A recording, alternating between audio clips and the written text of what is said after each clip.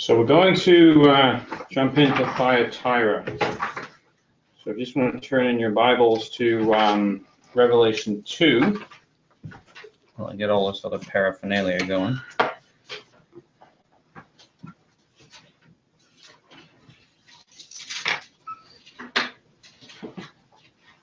So we'd like to read together Revelation chapter 2 and verses 18 to verse 29.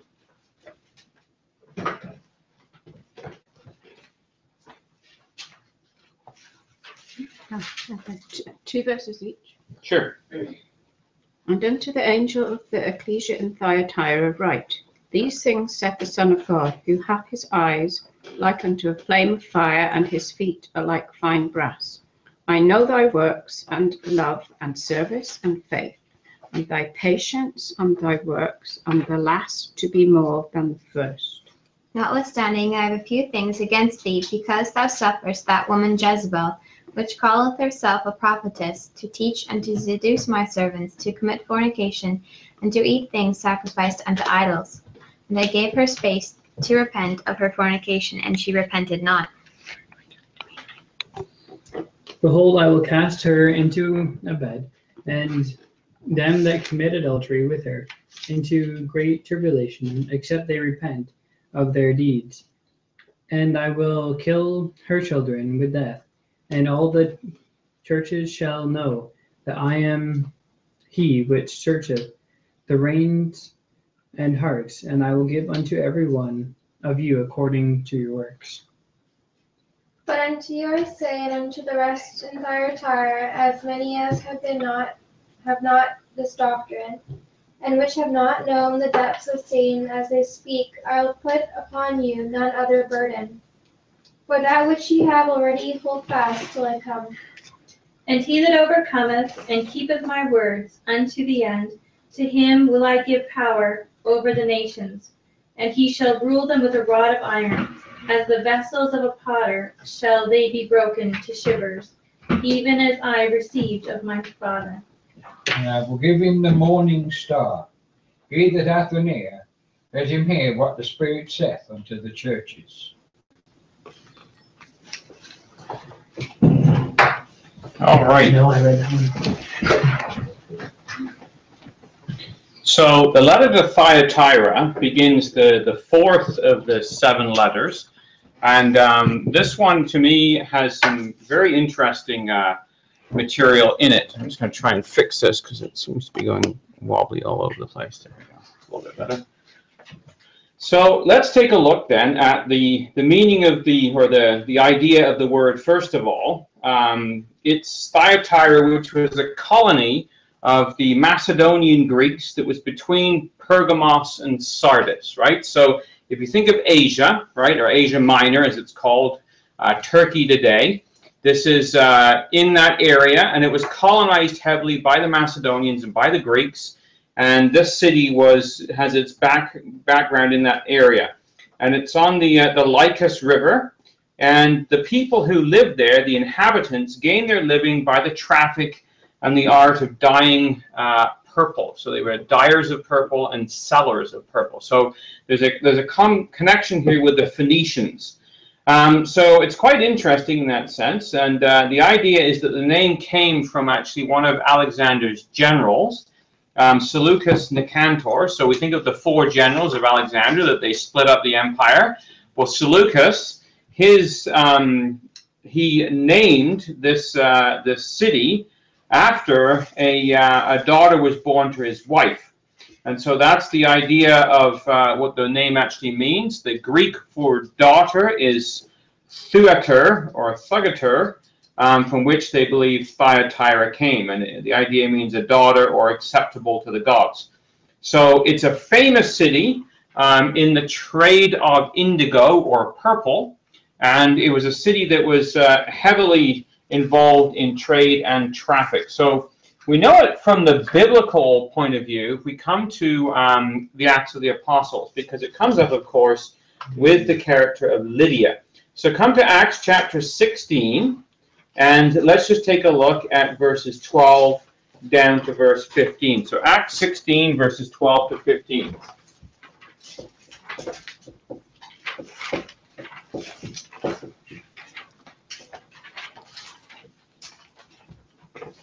Is it me again? Yes.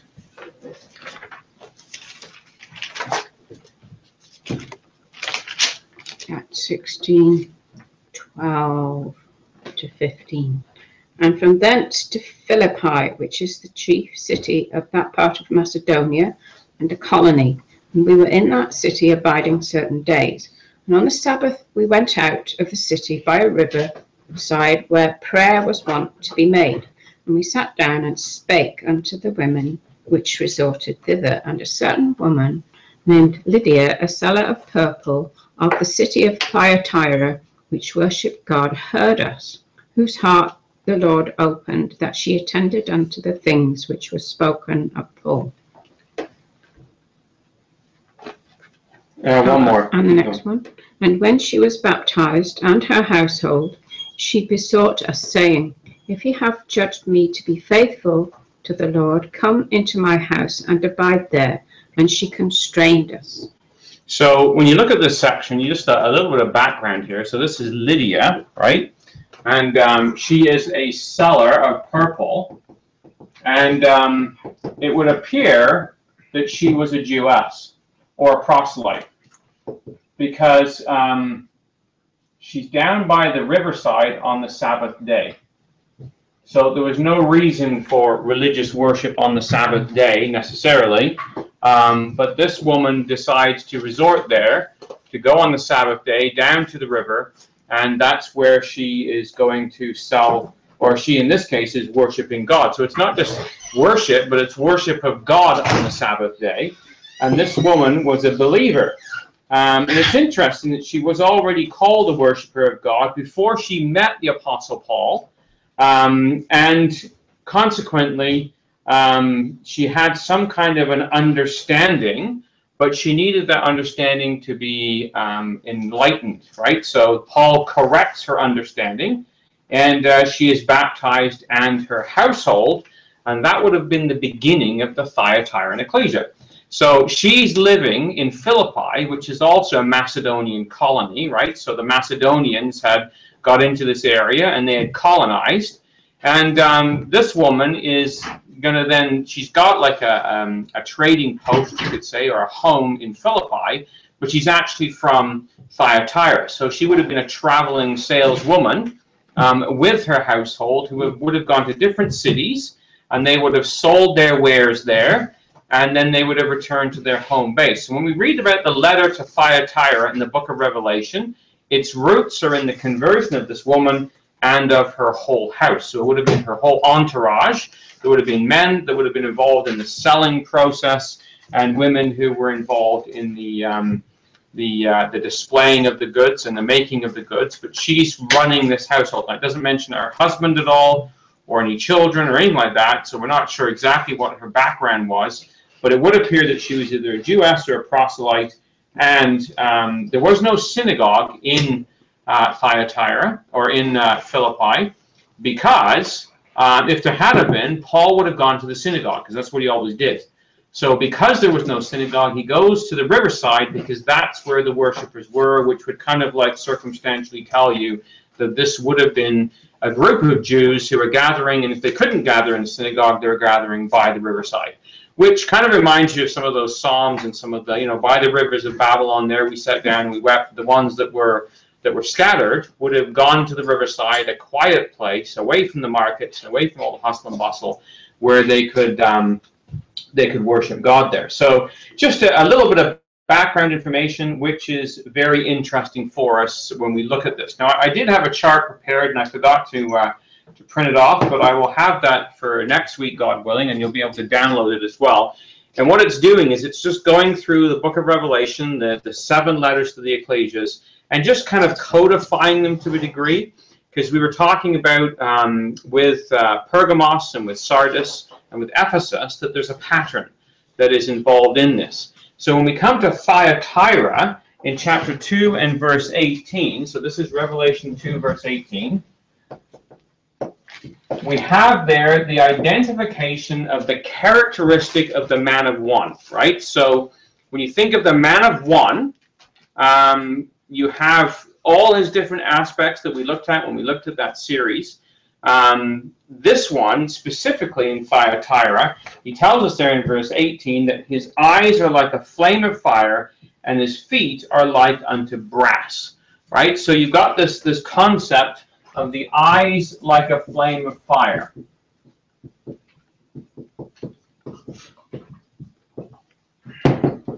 So when we're looking at those characteristics, and the feet are like brass, but it's burnished brass, so it's the idea of judgment. So when we look at those characteristics and we look at how God deals with this in this letter, what we're realizing is that this is telling us that this is the piercing eyes of the Lord Jesus Christ. So if you come to Hebrews chapter 4, and we'll just read verses 12 down to verse 13, just to remind ourselves of those characteristics. Hebrews 4, verses 12 to 13.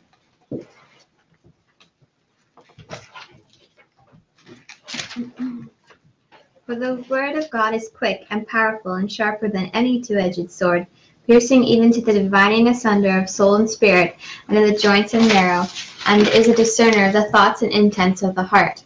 Neither is there any creature that is not manifest in his sight, but all things are naked and opened unto the eyes of him with whom we have to do. So we looked at this a while ago when we were looking at one of the other ecclesias, because the characteristic was out of his mouth from the sharp two-edged sword. These things saith he that has the sharp two-edged sword. Well, in this case here, it's not the sharp two-edged sword, it's the eyes like a flame of fire. But if you notice in that same passage, it's the idea that there is no creature that's not manifest in his sight. All things are naked and open to the eyes of him with whom we have to do.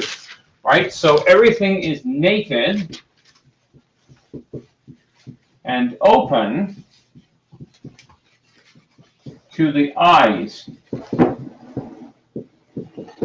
And those eyes are like a flame of fire. So they are eyes of judgment and they're eyes of discernment. That's what's going on here, is that there is judgment and there is discernment going on.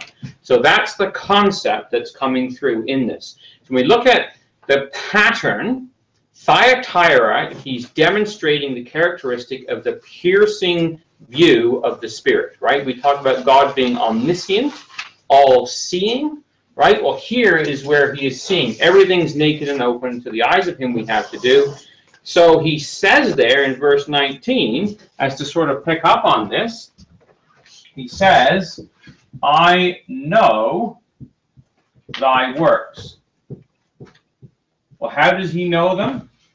Well, because his eyes are discerning. They are like a flame of fire, and everything is naked and open to the eyes of him with whom we have to do. So it's kind of obvious, but it just helps us as we look at this. And he says, I know thy works, and he lists them off. He talks about their works, their love. There is their, what else is on this list? Service. Service, that was the one, yeah. There's service, faith, patience, and then the works again.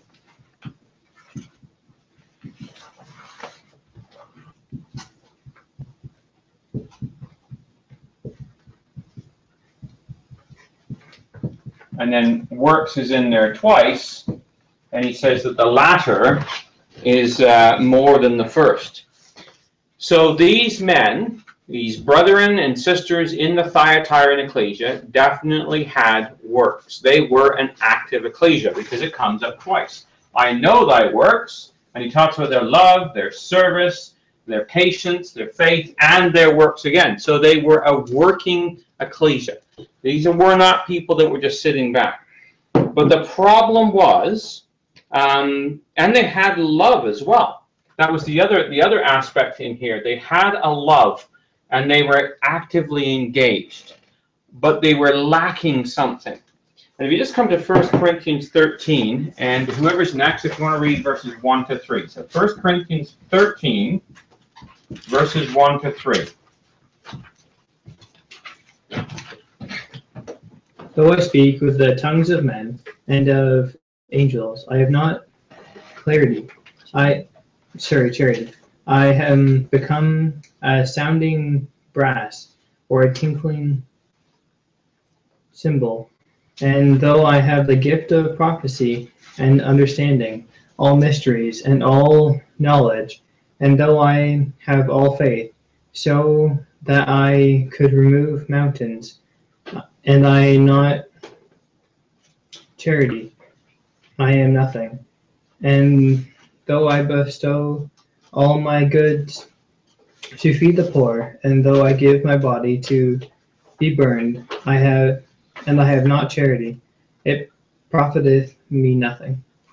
Okay, so here he talks about all kinds of works, right? There's all kinds of things that they are doing. They have all kinds of activities going on. They have the gift of prophecy. They understand all mysteries, all knowledge. They have all faith, which is listed up here, so much so that they could remove mountains. If they don't have love, which is what that word charity is, the agape love, that doesn't matter. And he says, even if I bestow all my goods to feed the poor and give my body to be burnt, so you could be a martyr in the churchy sense of the word, right? Somebody who's persecuted, and you can be somebody who is actively involved in works of charity, in giving all your goods to the poor. If you don't have love, it doesn't mean anything. Well, then he goes on to kind of tell us what kind of love he's talking about. So let's just read verses 4 and 4 to 7.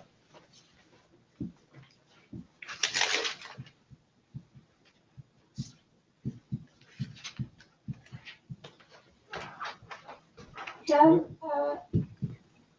4 to 7? Yeah, 4 to 7. Love suffereth long, it is kind. Love envieth not. Love vaunteth not itself. It is not puffed up. Doth not behave itself unseemly. Seeketh not her own. Is not easily provoked. Doeth no evil. Rejoiceth not in the iniquity, but rejoiceth in the truth. Beareth all things, believeth all things, hopeth all things, endureth all things.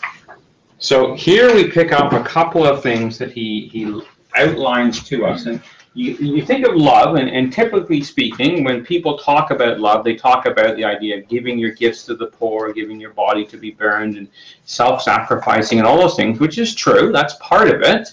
But as we just read, you can do that and not have love. So, well, then what is love? But you'll notice here, he tells you that love rejoiceth in truth, right? But it's in the truth. So love rejoices in the truth. Okay? And he goes on to say, it beareth all things. So it puts up with a lot. It believeth.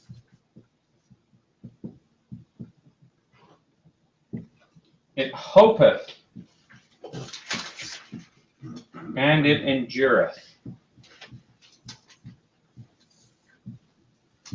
And it's able to do all of those because it's rejoicing in the truth. So that's its motive, right? Because it's rejoicing in the truth, it's capable of bearing all, believing all, hoping, and enduring, right? So when it says hopeth all, I believe that's the same word for faith. So it's faithing all things, right?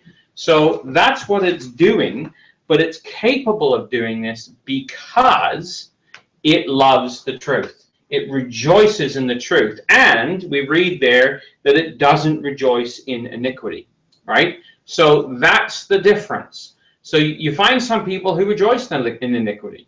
They love to just kind of like get their own little digs in and get their own works done, and they live for ambition and whatever else. Well, here, it's a different type of situation. That's not the motivating cause or the root cause. So, Shape, actually, if you can just take a shot of that right now, because then we're going to move on to the next theme. So this is just, when you're looking at the Thyatira and Ecclesia, it was actively engaged. It was busy, right? All those things were going on, but it was lacking in a love of the truth in a certain aspect, because it was doing all kinds of things. There's lots of works going on. There was service. There was patience. but it was lacking in the love of the truth, which was the motivating factor. Spirit of Christ was missing. Yes. Yeah, so they were an active ecclesia, there was a lot going on, but we're just missing the dynamo, right? This is the thing that drives it. So you can be actively engaged, but if you're not actively engaged for the right reasons, sometimes that can cause some serious problems. So that's the first little sort of just section as we put Thyatira into context. Where they'd come from, they came out of a very active household of Lydia, probably 50 years earlier. But by this point in time, they're now losing their grip to a degree. They're still very active, but they've lost that original zeal and activity that was there before. So let's then focus in on the problem that the Lord identifies. When we're talking about the structure of the book, the first thing is, who is the ecclesia? Well, that's Thyatira. What is the characteristic that he uses to identify that ecclesia by, or to himself to that ecclesia, which was the eyes like a flame of fire? He's got a piercing view. What is the assessment of that ecclesia? Well, they're very active. They had works. They had lots of works, lots of service, but they were missing some of the motive in that. And then he identifies the problem. So that comes in verse 20 that we read together. And actually, whoever's next, if you just want to read that. Revelation chapter 2 and verse 20. Notwithstanding, I have a few things against thee, because thou sufferest that woman Jezebel, which called herself a prophetess, to teach and to seduce my servants, to commit fornication, and to eat things sacrificed unto idols. So we're going to come back probably next week and look at the antidote to the problem in Thyatira. Suffice it to say that the problem is that they were suffering this so-called woman Jezebel to teach, right? Now we're going to come back and look at that next time as to how we deal with problems like that in the future. As soon as I read that, Jonathan, it reminds me of the churches of today. The United Church allowing, homosexuality to talk from the pulpit or whatever. It's exactly what it reminded me of when it says that to teach and seduce my servants to commit sexual immorality and eat things sacrificed to idols. Yeah, and that's the woman here that it's talking about. And notice what it says. She calls herself a prophetess, right? Mm-hmm. So it doesn't mean she is a prophetess, but she calls herself a prophetess. So it's very much like the churches today, Terry, because this is a false religious system, right? It's under the guise of religion, and everybody thinks that it's a good thing, but it really has lost its way. And what does they do? Well, they're teaching them to seduce the servants to commit fornication and to eat things sacrificed to idols. But the point is, what they're doing is they are teaching, right? So it's the doctrine that is leading to the false action. So they're teaching the servants to commit fornication. So they're teaching fornication and idolatry. Okay, so that's what this false religious system is doing. And they were infected with this in the Thyatiran ecclesia. So although they're active and they're busy, remember, if love is supposed to rejoice in the truth and hate or rejoice not in iniquity. Well, here, love is not rejoicing in the truth because they've got these symptoms. The symptom of somebody who is teaching fornication, and they're allowing it. They're not being zealous and dealing with the situation. Now, the first thing to note, that Jezebel in this case is no more an individual than is Balaam or the Nicolaitans, right? Or Antipas. This is a typical name, okay? Remember, going right back to the beginning. Yeah. So it's a typical name, like Balaam, Antipas, etc. Because remember, the revelation was given to the servants of the Lord Jesus Christ, right? And it was sent and it was signified. It's expressed by sign or symbol. So this isn't a literal person, but a typical name indicative of a class of people. And sometimes people go astray on that. They try and say that Jezebel was the recording brother's wife or something like that, which is, you know, a bit nonsensical, but it's really missing the point of the whole fabric of Revelation that we've been looking at. If you're just going to grab that out as one little sort of soundbite, then I suppose you might come to that conclusion. But if you're going to look at this in its true import and say, okay, this is really what this is all about, you can't have that kind of idea. So let's just look at the reoccurring theme here. I don't know who we got up to. Who read last? Up to me. Up to you. Are you first?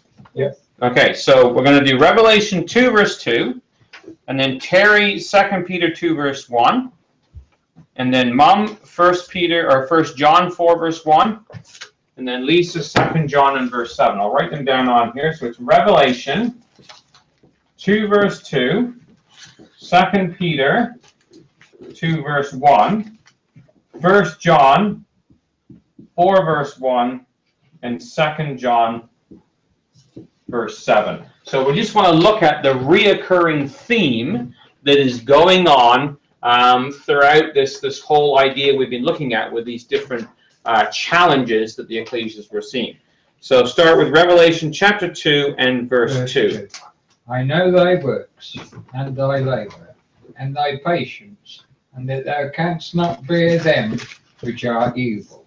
And thou hast tried them which say they are apostles, and are not, and hast found them liars. Okay, so there were those who say they are apostles, and they are not, right? She calls herself a prophetess, right? So she calls themselves, and these ones, they say they are, right? So you get a similar type of concept that's going on. So this is going right back to the letter to Ephesus. It's the same problem they're running into. It's a reoccurring theme. It's false brethren brought in unawares. So Terry, if we could have 2 Peter chapter 2 and verse 1.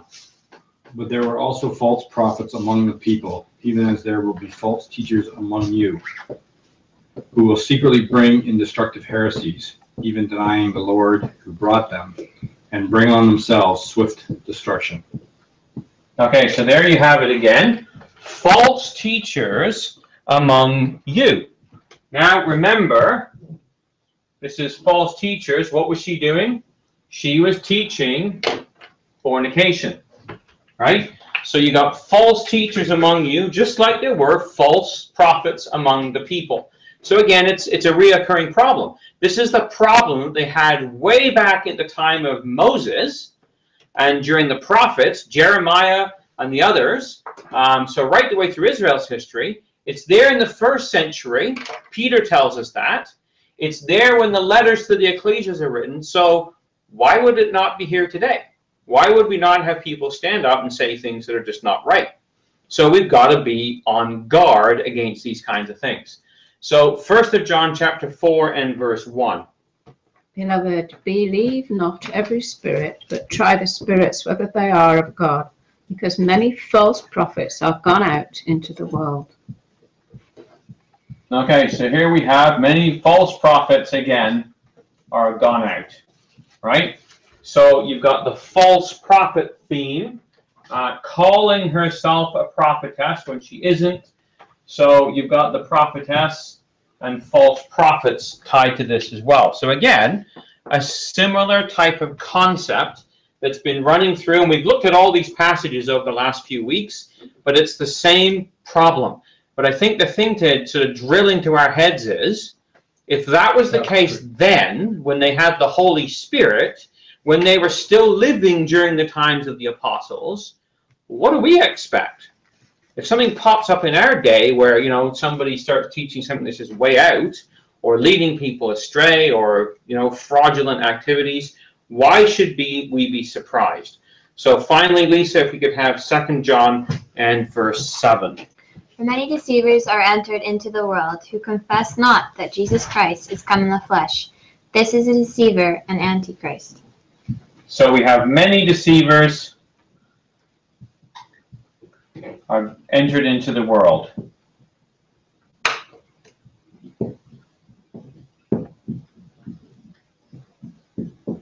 Now just note the use of the world in both of these passages. Remember the parable of the tares, okay? They were sown, and this was the harvest of the world, right? So these are tares amongst the ecclesias, because that parable of the tares, sometimes brethren say, well, you can't apply that to the ecclesia. That applies to the world, meaning the world. So, you know, if you sort of think about that logically, you say, well, what is the chances of the Baptist church down the road living side by side with the Christadelphians having a whole lot of effect on us? Not really. You know, what is the chance of the Catholic Church having a big effect on us? It's not really the world in that sense. It's the world in the sense that it's used here in 1 John 4, verse 1 and 2, verse 7, is that they've gone out into the ecclesiastical world, right? Into the world of the ecclesia of the day, and they are basically active in propagating error. So that's sort of, when we're looking at this concept, it's just something to kind of keep in our minds to try and get us to sort of recognize that these things could happen to us. So don't be surprised if something like this pops up. We can't be naive to think that, you know, somehow we're in a better society than they were back in the first century. They were in way better shape than we are. They didn't have all the doctrinal distillation that's taken place over the thousands of years, and they still had the Holy Spirit. We don't have the Holy Spirit in the same way that they did back then. We have it in the sense that the Word is available to us, but not in the same way. So we want to then look at this idea of the woman. Okay, so we've looked at this concept of she calls herself a prophetess and she's not, but we now want to look at this idea of this being a woman. Okay, so apocalyptically speaking, or using the words of Revelation, we want to look at this concept, but we're going to go back into the Old Testament and see how it's used there. And I think it's important that we kind of are very clear in when we go through this. And the reason I'm going to stress that is because I'm going to give you a reason why, actually. And that is, in Revelation chapter 17, a woman shows up. It's the harlot that rides the beast. Okay? Well, there are Christadelphians who have suggested that that woman in Revelation chapter 17 is Israel. Because the woman that comes up in Jeremiah and in Ezekiel is also Israel.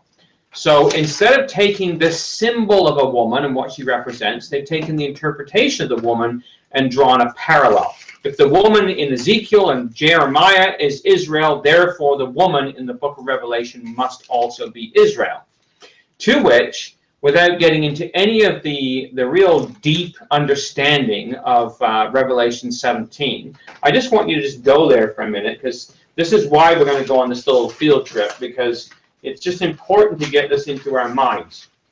So Revelation chapter 17, the woman there is identified in verse 5, this mystery, Babylon the Great, the mother of harlots, abominations of the earth, and all this kind of stuff. The fact that she's identified with Babylon might cause you right away to have a question mark that we're going to say this is Israel. But nonetheless, I just want you to take a look at what happens to her. In verse 16, this is the whore, and we find there that these horns will make her desolate, and they will devour her flesh. Now, this woman's Jezebel. Well, what happened to Jezebel? The dogs devoured her flesh. Okay? So there are parallels going back to this harlot to the Old Testament, and they're tied in through Jezebel. But if we were to say that this is Israel, how exactly is that going to work, right?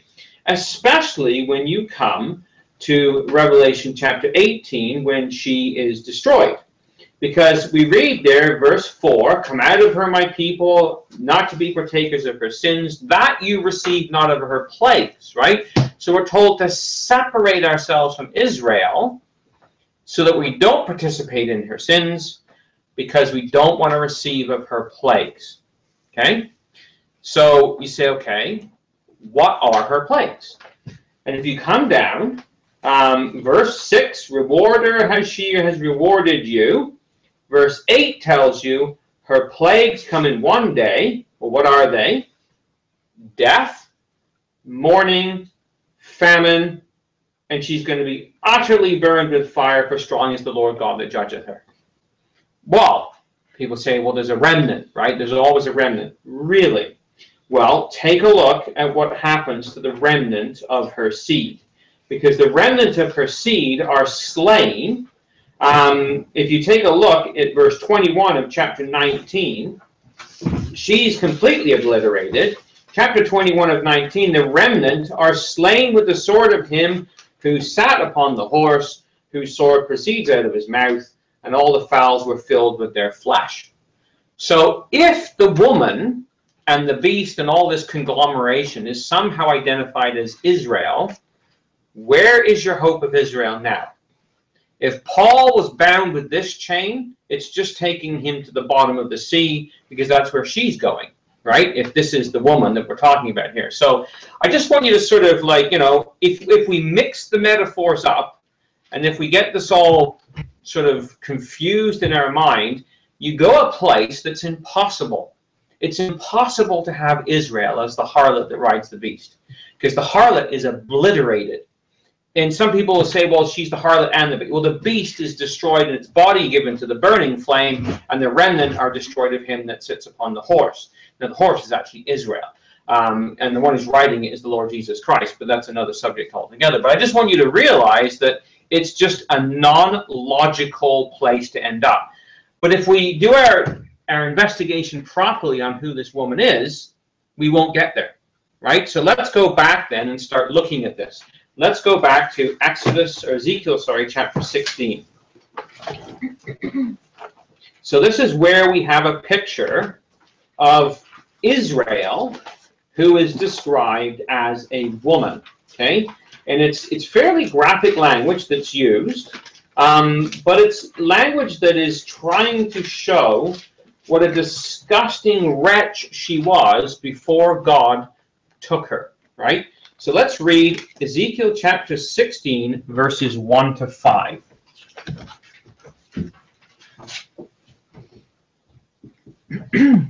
Again, the word of the Lord came unto me, saying, Son of man, cause Jerusalem to know her abominations, and say, Thus saith the Lord God unto Jerusalem, Thy birth and thy nativity is of the land of Canaan. Thy father was an Amorite, and thy mother a Hittite. And as for thy nativity, in the day thou wast born, thy navel was not cut, neither wast thou washed in water to supple thee.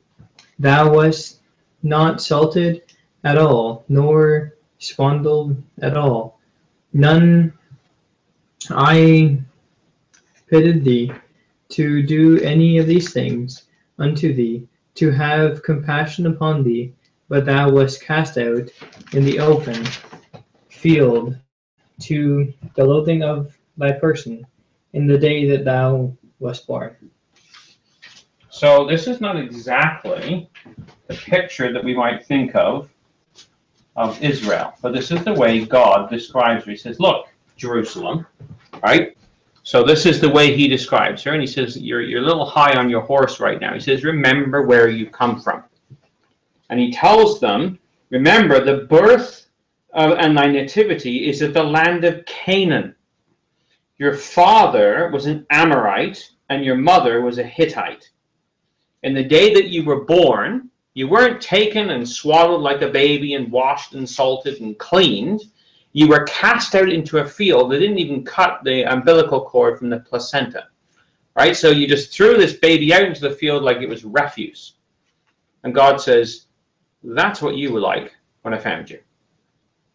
That's the beginnings of the nation of Israel. Okay? That's the way God describes Israel. And there was nobody to pity you. However, God takes her and has compassion on her. So let's read verses 6 to 7.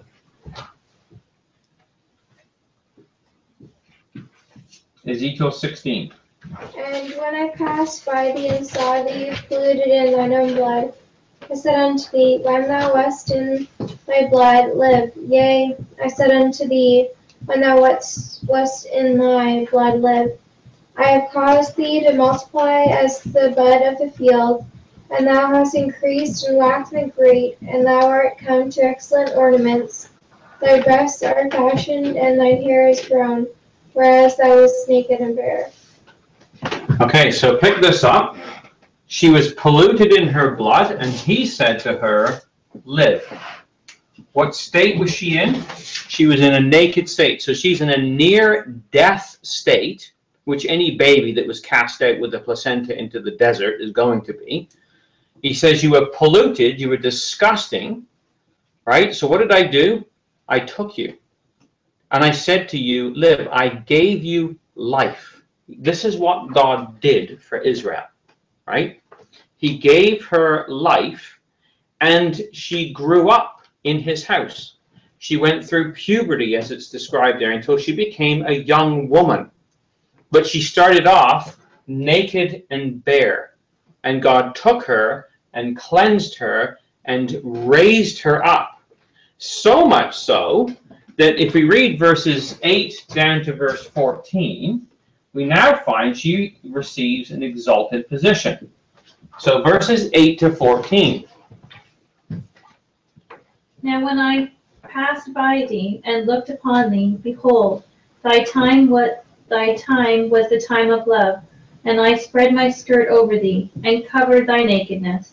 Yea, I swear unto thee, and entered into a covenant with thee, saith the Lord God, and thou becamest mine. Then washed I thee with water. Yea, I thoroughly washed away thy blood from thee, and I anointed thee with oil. I clothed thee also with broidered work, and shod thee with badger skin.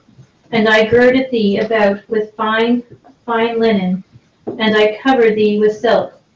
I decked thee also with ornaments, and I put bracelets upon thy hands, and a chain upon thy neck, and I put a jewel on thy forehead, and earrings in thine ears, and a beautiful crown upon thine head.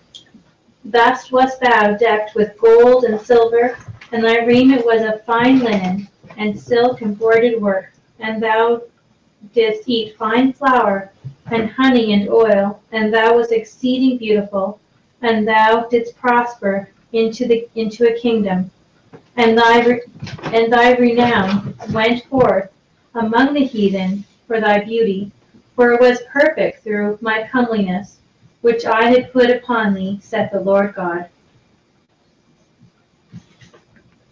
Now you look at that, and you realize what God has done in his love for the nation of Israel, who is called Jerusalem, right?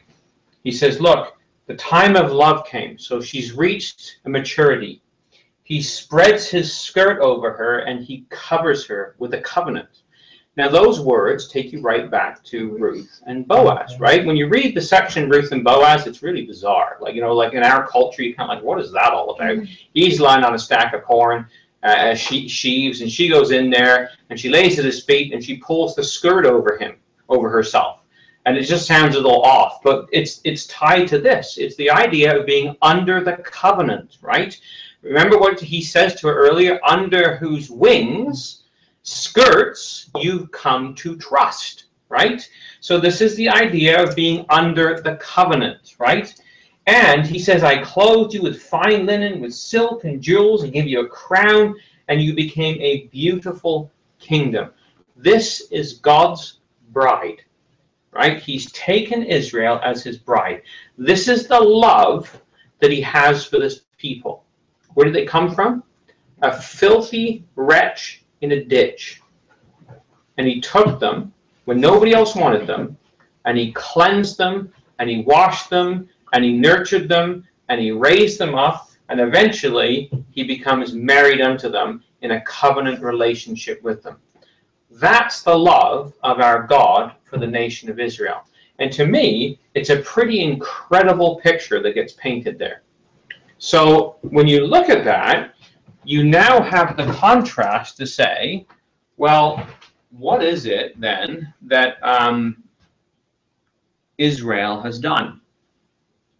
You know, you really begin to realize now, the next section we're going to read about, when she plays the harlot, you really begin to realize how hurtful to God that would have been. Because if it was just, she was just a virgin in his house, and, you know, there's not much more to it than that. His relationship is just of a nurturer. Like, you might say, well, yeah, that was inconvenient or whatever. But when you read the whole story of what he's done for her and how he's loved her and the way he's taken her and all the things that he's done, and you realize all of that, and then you see what she does, you can realize now and understand his frustration with this nation, right? So let's now see what happens. Verses 15 down to verse 17. So we're still in Ezekiel chapter 16.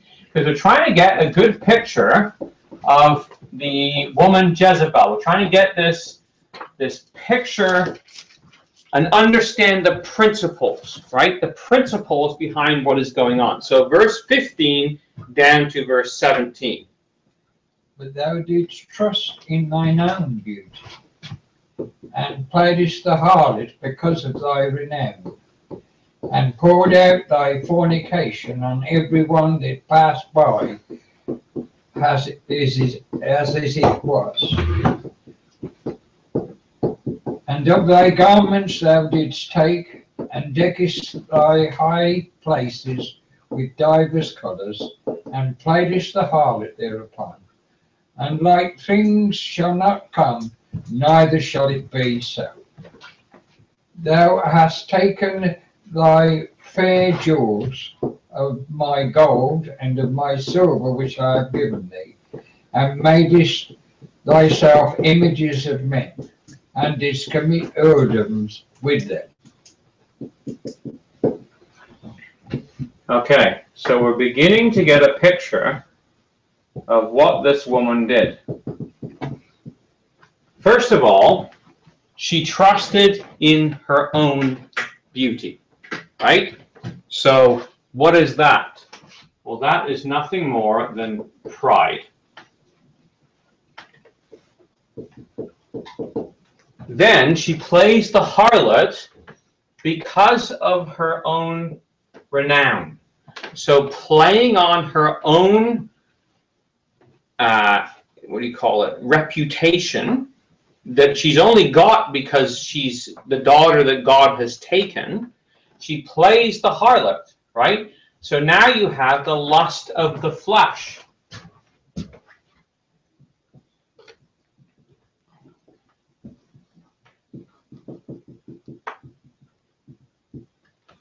And she makes images from the gifts that God gives her. So this is the lust of the eyes. And she goes ahead and she commits whoredom, which of course, again, is the lust of the flesh. So you see how this woman was God's loved. She was his beloved. He'd taken her, he'd rescued her, he brought her out from a Gentile origin. Her father was an Amorite and her mother was a Moabite, and she's from the land of Canaan, and she was just despised at the side of the road. And he's taken her and he's brought her out, and yet this is what she's done. And she's used his gifts, the gold and the jewels that he gave her, and what's she done with them? She's built idols. Well, what does that remind you of? Children of Israel coming out of Egypt, right? What did the golden calf get built out of? Jewelry. Where did the jewelry come from? It's what God gave to Israel as a present when they departed. What should they have used it for? Well, it was for the building of the tabernacle that we see some faithful did. But others use this stuff for the making of the golden calf, right? So here they've made images from God's gifts, which they worshipped, and they committed whoredom.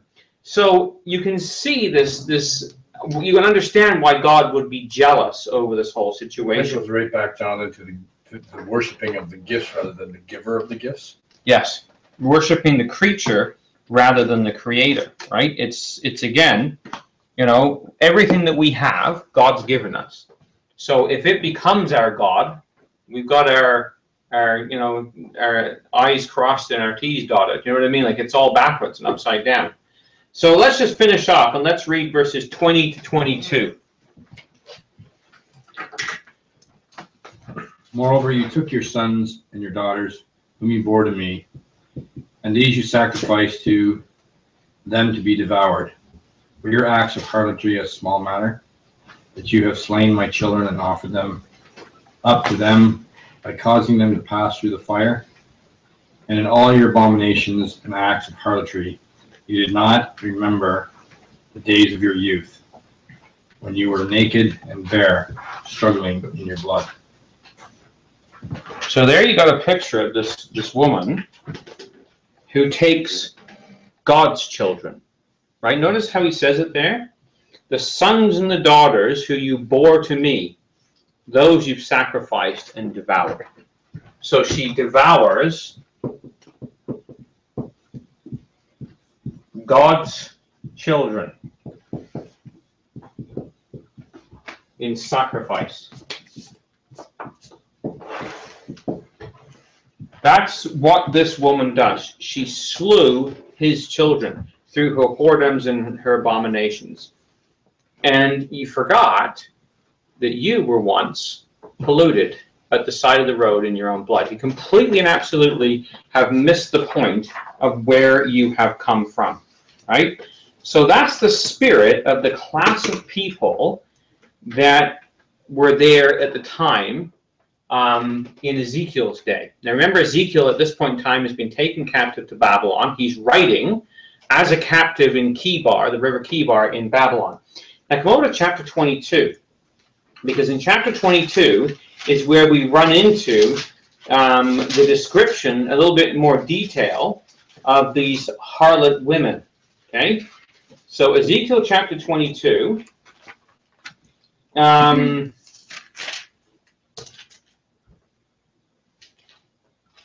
Make sure I've got the right one. Yes. We're going to read a fairly lengthy section, but this is, again, trying to give us the right background for when we're looking at Revelation.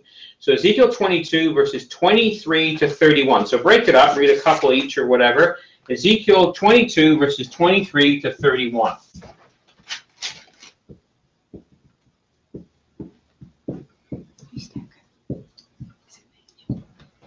The word of the Lord came unto me, saying, Son of man, say unto her, Thou art the land that is not cleansed, nor rained upon in the day of indignation.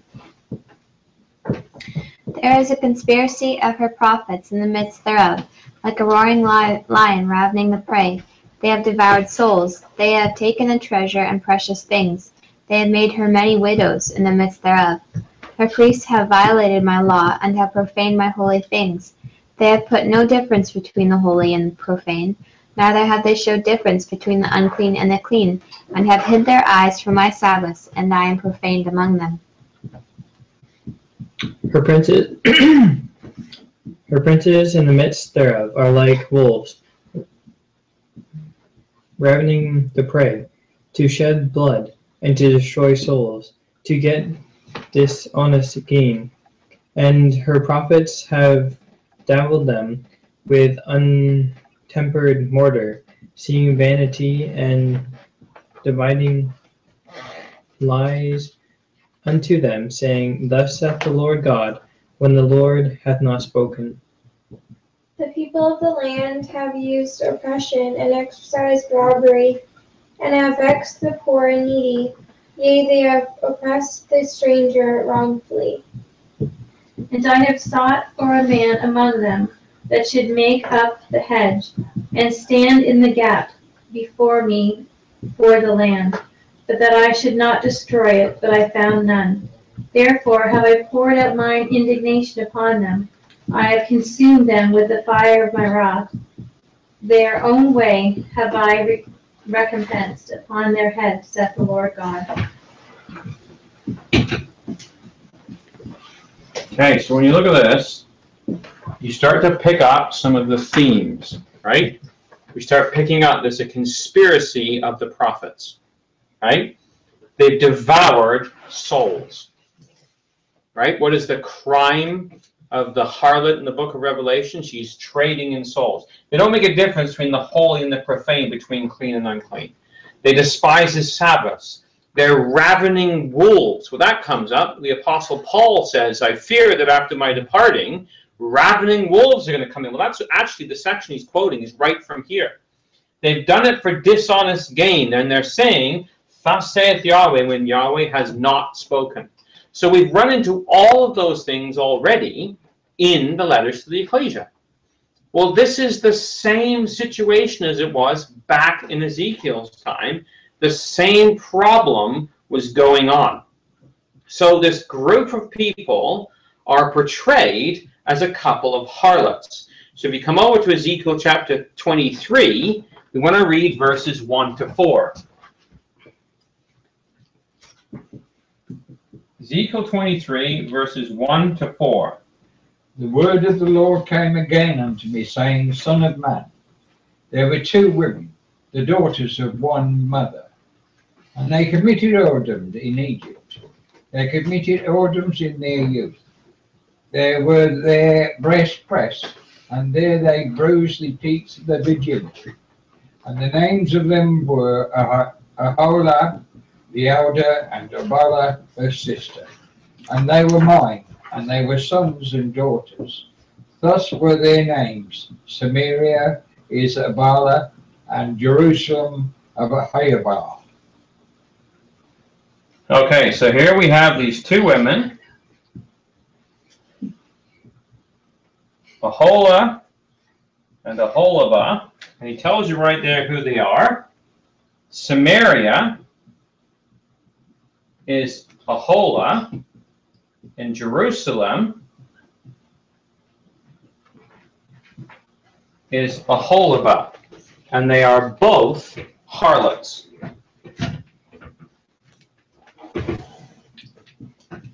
So here you have that symbology that we're dealing with in the book of Revelation, right? Women who were supposed to be the bride of God, so to speak, who are now playing the harlot. You can see how he took them, he looked after them, he clothed them, he gave them their position, everything they had, their name, their renown came from him, their beauty and everything. And yet they just toss it all. And they go and they play the harlot. And so he says these two women are Jerusalem and Samaria. So let's just read about one of them. Verses 5 to 7 is Aholah. Aholah played the harlot, even though she was mine, and she lusted for her lovers, the neighboring Assyrians, who were clothed in purple, captains and rulers, all of them desirable young men, horsemen riding on horses. So here we have the one, and we're told, God says, she was mine, right? And that's the point to note here. She was mine, and she went and she played the harlot. And she played the harlot with Assyria, in her case, okay? So she goes and plays the harlot with Assyria. But God says, she is mine. And this whole point gets missed, right? So now let's read. We're just going to skip down to verses 11 to 18, because this is the sister now, Aholibah. And this, of course, is Jerusalem. So verses 11 to 18. So Aholah is Samaria. So that's the northern tribes. And then Jerusalem is Aholibah. And we're going to read verses 11 to verse 18. Mm-hmm. Yes. And when her sister Aholibah saw this, she was more corrupt in her inordinate love than she, and in her whoredoms more than her sister in her whoredoms. She doted upon the Assyrians, her neighbors, captains and rulers clothed most gorgeously, horsemen riding upon horses, all of them desirable young men. Then I saw that she was defiled, that they took both one way, and that she increased her whoredoms.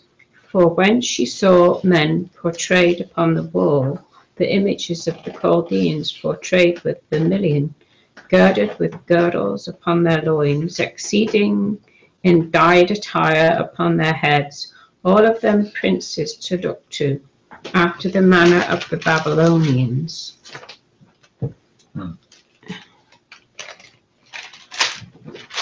Of Chaldea, the land of their nativity, and as soon as she saw them with her eyes, she doted upon them and sent messages unto them into Chaldea.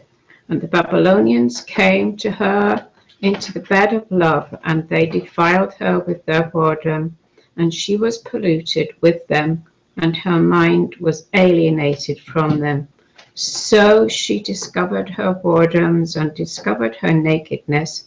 Then my mind was alienated from her, like as my mind was alienated from her sister.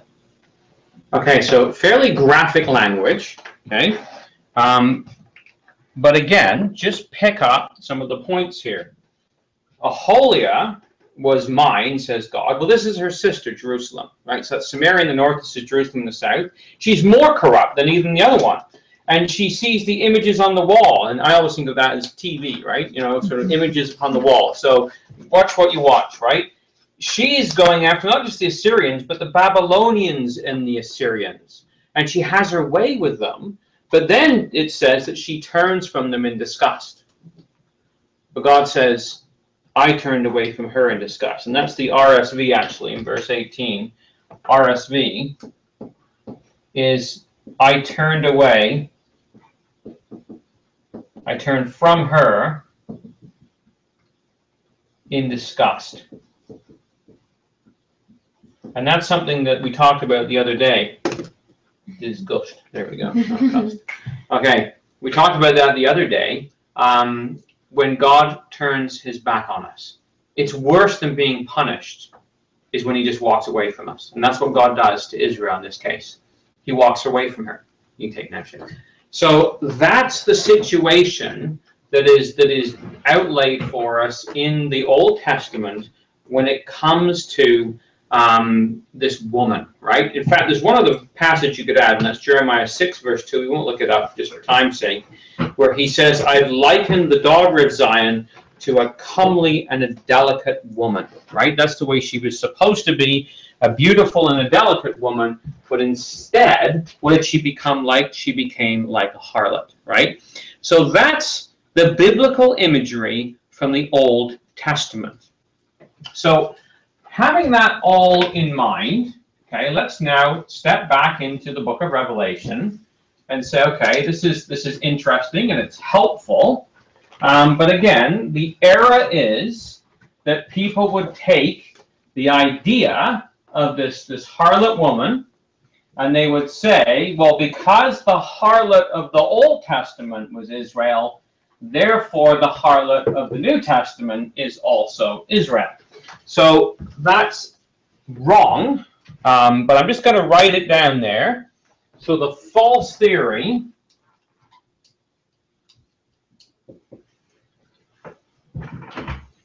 is the Old Testament harlot, Israel,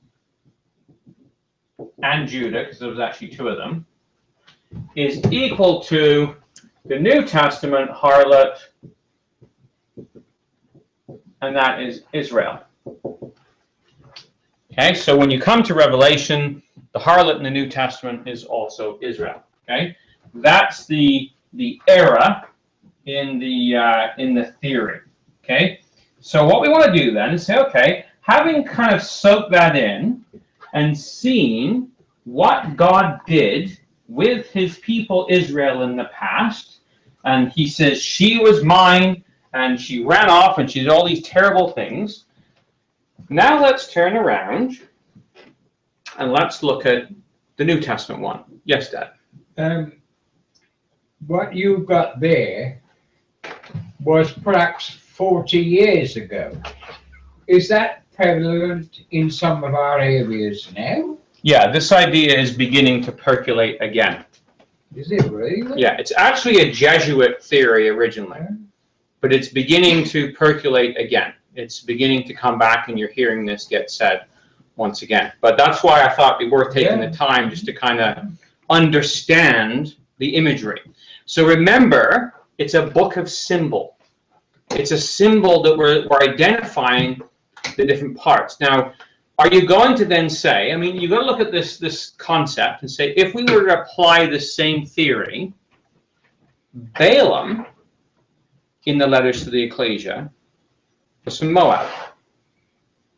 So are we going to say then that the Balaam in the Ecclesias were Moabites? Mm-hmm. That doesn't really make sense. You know what I mean? You couldn't really do the same thing, could you?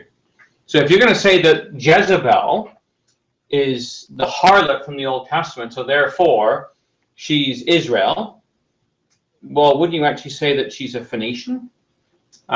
She's actually from Tyre and Sidon, so there should be some false Tyrian brothers and sisters that fit this bill, kind of thing. Like, it just, the logic doesn't really work because we're dealing with types.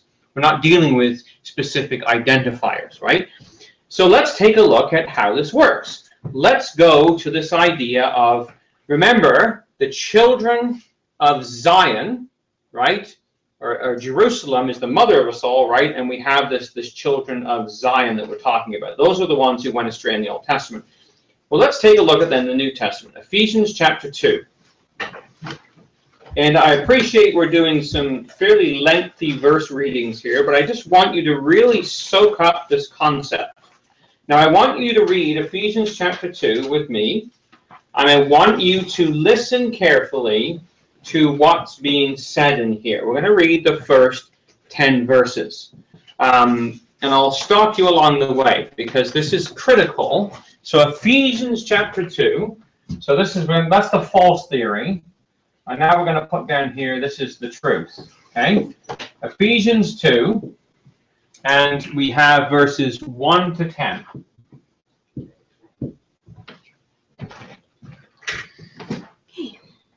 And you don't have to read the whole thing by yourself. You can share it up if you want. And you hath he quickened, who were dead in trespasses and sins, wherein in time past ye walked according to the course of this world, according to the prince of the power of the air, the spirit that now worketh in the children of disobedience.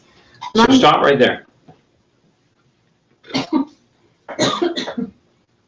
This is the ecclesia, right? What state was the ecclesia in? They were dead. Dead. Yeah. What did he do with them? They were quickened. Now, what did God say to Israel, who was dead by the side of the road? Bloody in a heap with a placenta, surely to die. Live. He said, live. So now you look at the ecclesia. He says, you who were dead in trespasses and sins, in your filth by the side of the road, I've quickened you. I've made you to live. Okay? So let's keep going then. Keep reading on from there. Among whom also we all had our conversation in times past, in the lust of our flesh, fulfilling the desires of the flesh and of the mind, and were by nature the children of wrath, even as others. But God, who is rich in mercy, for his great love, wherewith he loved us, even when we were dead in sins, hath quickened us together with Christ. By grace ye are saved. And he hath raised us up together, and made us sit together in heavenly places in Christ Jesus, that in the ages to come he might show his exceeding riches of his grace in his kindness toward us through Christ Jesus. For by grace you are saved through faith, and that not of yourselves. It is the gift of God. But, not the works, lest any man should boast. For we are his workmanship, created in Christ Jesus unto good works, which God hath before ordained that we should walk in them. So pick up some of the analogies here. The ecclesia was dead, trespasses and sins, and he quickened them. Okay? They were the children of wrath. This little child was by the side of the road, cast away. God, in his mercy, says Paul, loved us, raised us up. What did he do to this little child? He went and he picked her up from the side of the road. And he washed her by his kindness and his grace. And it was a gift. Did she deserve it? She didn't do anything to deserve it. But he raised her up and he clothed her and he made her to sit beside him and gave her renown. Well, he does the same by Christ. She was his workmanship. We are his workmanship, right? So you begin to see there's a pattern here that's being followed through with the ecclesia, right?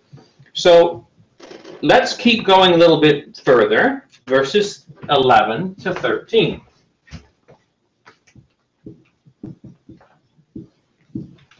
Wherefore remember that ye being in time past Gentiles in the flesh, were called uncircumcision, by that which is called the circumcision in the flesh made by hands. That at that time ye were without Christ, being aliens from the commonwealth of Israel, and strangers from the covenant of promise, having no hope and without God in the world. So pick it up. What was our origins?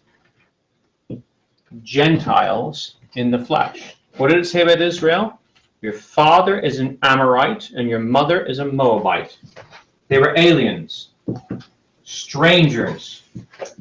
Was she part of his family? Was she an inheritor? No, he adopted her into that family.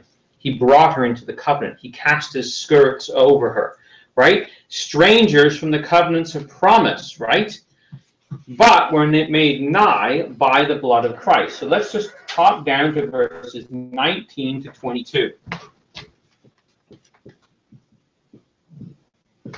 Now therefore ye are no more strangers and foreigners, but fellow citizens with the saints, and of the household of God, and are built upon the foundation of the apostles and prophets, Jesus Christ himself being the chief cornerstone, in whom all the building fitly framed together groweth unto an holy temple in the Lord, and whom ye also are builded together for an habitation of God through the Spirit. So you look at that and you say, look, this is exactly the same pattern that happened to Israel. That little wretch beside the road. Aliens, strangers, well now they're part of the household of God, no longer strangers, no longer cast out and unwanted, no longer totally aside from anybody else, but they become fellow citizens with the saints and of the household of God. And what does God say? I took her and I married her. You know, she was mine. She was part of his family. She was brought into his family. Well, we are brought into the family of God by the work of the Lord Jesus Christ. Okay? So this is the picture that we've got. You want to just take this one shape and just clear this off so we can just finish up with a couple other passages. This is the picture that we've got of the Gentiles, right, or the ecclesia of God. It's just the same as Israel, because it's the same family. It's not like there's two households here. This isn't like Abraham, who had Ishmael's household and whatever else, and Isaac's household. It's not the same thing. It's one household.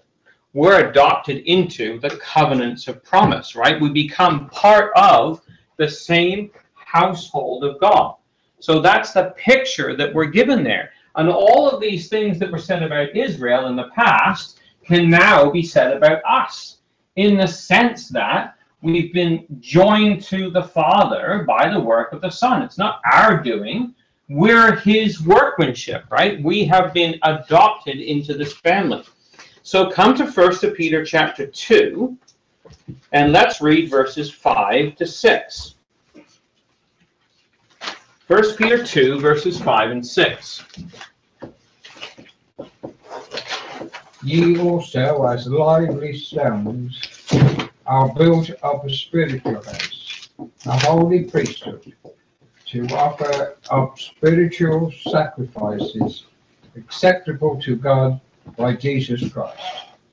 Wherefore also it is contained in the Scriptures, Behold, I lay in Zion the chief cornerstone, elect, precious, and he that believeth on him shall not be confounded. So here you have a spiritual house, a holy priesthood. Where is it located? What's the location of this? Where is this all going on? Zion? It's in Zion. Where did we start this whole story? You know, there was a daughter, and he called her Zion. Right? That's where this whole thing began. Well, it's the same thing. The spiritual house is in Zion. Now, this isn't spiritual Israel versus natural Israel. It's one and the same. They've been taken to him as a people, and the Lord Jesus Christ is the chief cornerstone, right? He is the elect one, and whosoever believes in him is not going to be confounded. We're all going to be following the same pattern. So let's read verses 9 to 12. Same chapter, 1 Peter chapter 2.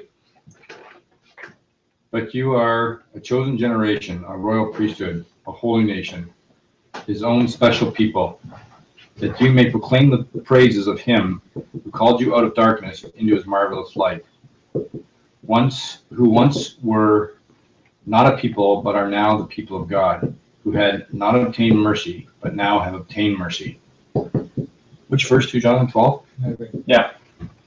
Beloved, I beg you as sojourners and pilgrims, abstain from fleshly lusts which war against the soul, having your conduct honorable among the Gentiles, that when they speak against you as evildoers, they may by your good works which they observe glorify God in the day of visitation.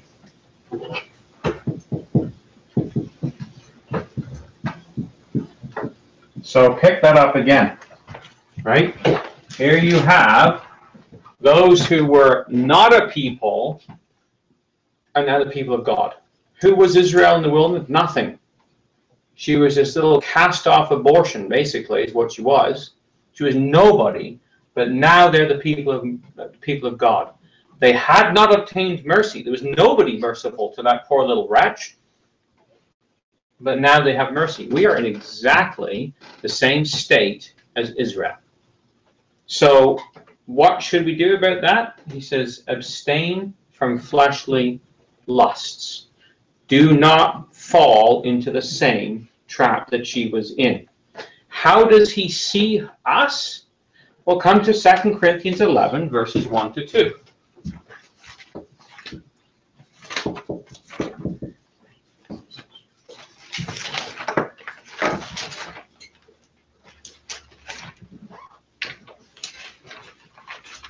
Second Corinthians 11, verses 1 to 2. Would to God he could bear with me a little in my folly, and indeed bear with me. For I am jealous over you with godly jealousy, for I have espoused you to one husband, that I may present you as a chaste virgin to Christ. So are you picking up the analogy? It's exactly the same pattern that has taken place. We've been espoused as a chaste virgin to Christ, right? Just like Israel was God's bride, we are Christ's bride. No wonder he's jealous, because the same things happen to us. We wretched nothing out in the world in our filthiness and abomination and whatever else, and he's taken us to himself, and he's raised us up to live in heavenly places. He's quickened us. He's made us alive, just like this little wretch was dead, and he told her to live. Well, what does he do? Well, come to Ephesians 5, verses 25 to 27.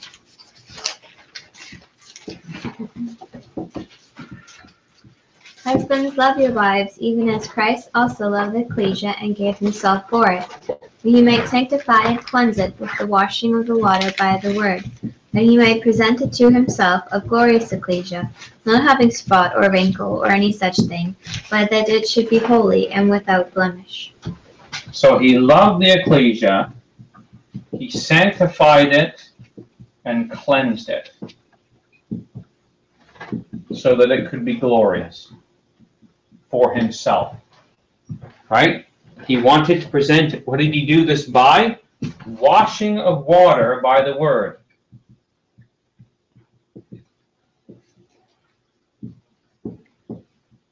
Well, that's exactly what had taken place to this little wretch out in the desert. She had been taken to God, and she had been washed by the water of the word. So, what's gone wrong? Well, this woman, right, who was supposed to be set aside to God, has been led astray. So if you think of the words of Galatians, right, where Paul says in Galatians chapter 1, verse 6, I marvel you're so soon removed from him that called you into the grace of Christ for another gospel, which is not another gospel, it is some which would pervert you, or pervert the gospel of Christ. He says, if anybody comes and preaches anything else, let him be accursed. So there's been a perversion of the gospel that's taken place that has dragged them off, and they've lost their way. So much so that by the time we come to Revelation, we get to a woman who is no longer, we're not going to read it right now, it's really for another class, but Revelation 17, just to kind of reference it, you have in Revelation chapter 17, the first 6 verses, we read it earlier on, we have somebody described as a great whore.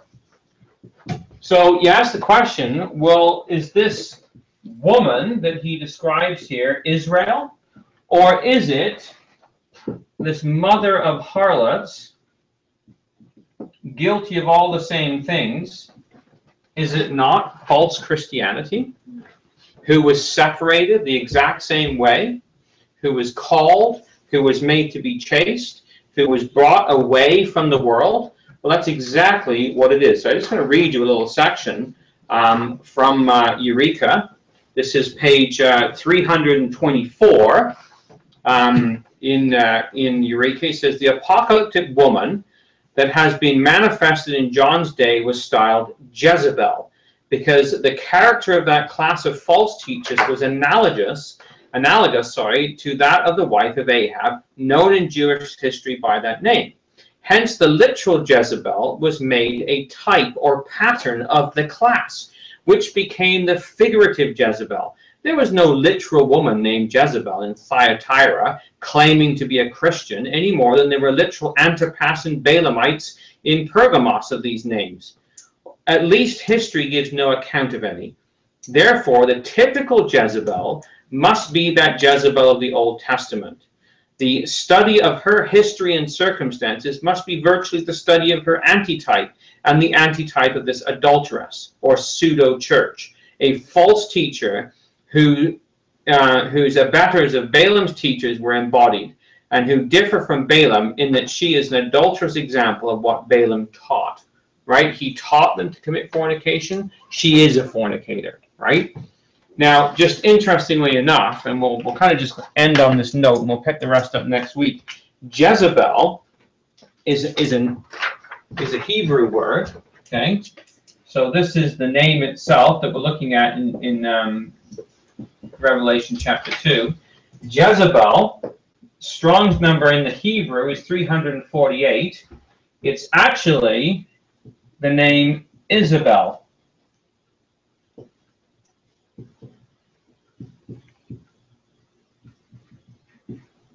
Okay, that's the, or with an S, however you want to pronounce it. And it comes from two Hebrew words. Okay, it's from 336, which is the letter, or the IY, which means not, and 2073 is the other root word, which is the word Zabul, which is dwelling or habitation. So when you put those together, so therefore the meaning of the name is not dwelling with me. Okay? That's what her name means. Because God is saying, or the Lord Jesus Christ saying, she doesn't dwell with me. She's not my bride. This one has been put away because she's a harlot. Right? She does not dwell with me. That's what that name means. Isabel, or Jezebel as it is. Not dwelling with me. Now, if you look at the concordance, it'll tell you it means chaste. Well, you can sort of see how they got that. If you're not dwelling with somebody, then you're chaste. But that's kind of like an interpretation of what the words mean. It's not actually meaning chaste. It means not dwelling with. And sometimes people say, well, how the heck did Jezebel end up with a name meaning chaste? Well, it doesn't really mean chaste. I always thought it did. But it actually means not dwelling with me. Hence, if somebody's not dwelling with somebody, then they are chaste. They're living a celibate life, so to speak. That's why they've ascribed that meaning to it. But the real meaning is, she does not dwell with me. And that's the picture that we have of this letter in Revelation chapter 2 and verse 12. And I've taken the time to just kind of go through this. And we'll come back next week and we'll look at the apocalyptic harlot. And sure, you can take one of those.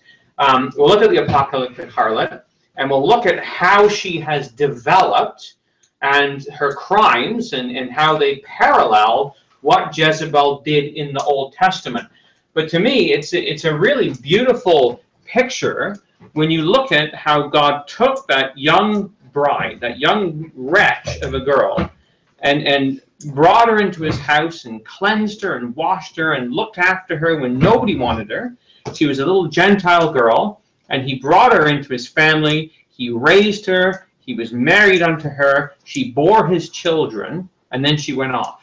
And you can understand why he was angry with her. Now you get the New Testament version of that. You have here a woman who was a Gentile, who was nothing, who was filthy and abominable and all those different things. She was not part of the household of God. She was not a partaker of the covenants of promise. And he took her and he washed her with the water of the word, but also with the blood of the Lamb that we read about in Revelation. And he brought her to himself, and she became this chaste virgin, and he loved her, and yet she did the same thing. She went off and played the harlot. So that's a great testimony to human nature. It's terrible, you know? But what we've got to look at in that is the lesson for us. This is what our God has done for us. And if you're ever sort of like getting lost in your walk in the truth, go read Isaiah 16. Go take a look at that section where you see what God did, how he took this young girl and he brought her out and he nurtured her and he loved her and he gave her everything. And she used everything he gave her for the wrong things and became totally motivated by the flesh and went off and did terrible, terrible things. And so he let her go. He let her go. And that's the worst thing that can happen to any of us, is that God lets us go. So take a page out of Israel's history. Take a page out of the first century Ecclesia's history.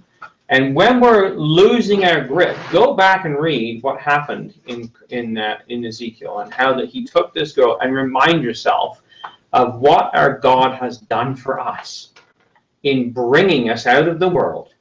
Our mother was an Ammonite or a Moabite, and our father was an Amorite, and he's taken us from nothing in our Gentile origin and brought us into the hope of the truth. He has raised us up and quickened us. He has given us a crown of life. He has given us jewels. He has clothed us in robes of righteousness, with white robes. But what are we going to do with those white robes? Are we going to spot them with the flesh? Are we going to use them as tools of harlotry, as she did back in that time? And the thing is, we've got to recognize we're no better than Israel. We're no better than those people were if we let ourselves go down that road, but learn from it and humble ourselves and appreciate what he's done, and let the love of Christ constrain us and bring us and nurture us into walking in his ways. So to me, it's kind of like, although we're dealing with a fairly nasty subject in one way, it's a beautiful subject in the other, because you get to see the reverse of what God has done for us and what God has done for Israel. And you can sort of learn from that. Well, then I've got to respect that. And I've got to love him for what he's done for me and walk in his ways. So God willing, next week we'll pick it up and we'll look at the career then of this woman Jezebel within the ecclesia, and how she develops into that great harlot in the book of Revelation, and what the Lord says we're supposed to do about it in embryo state.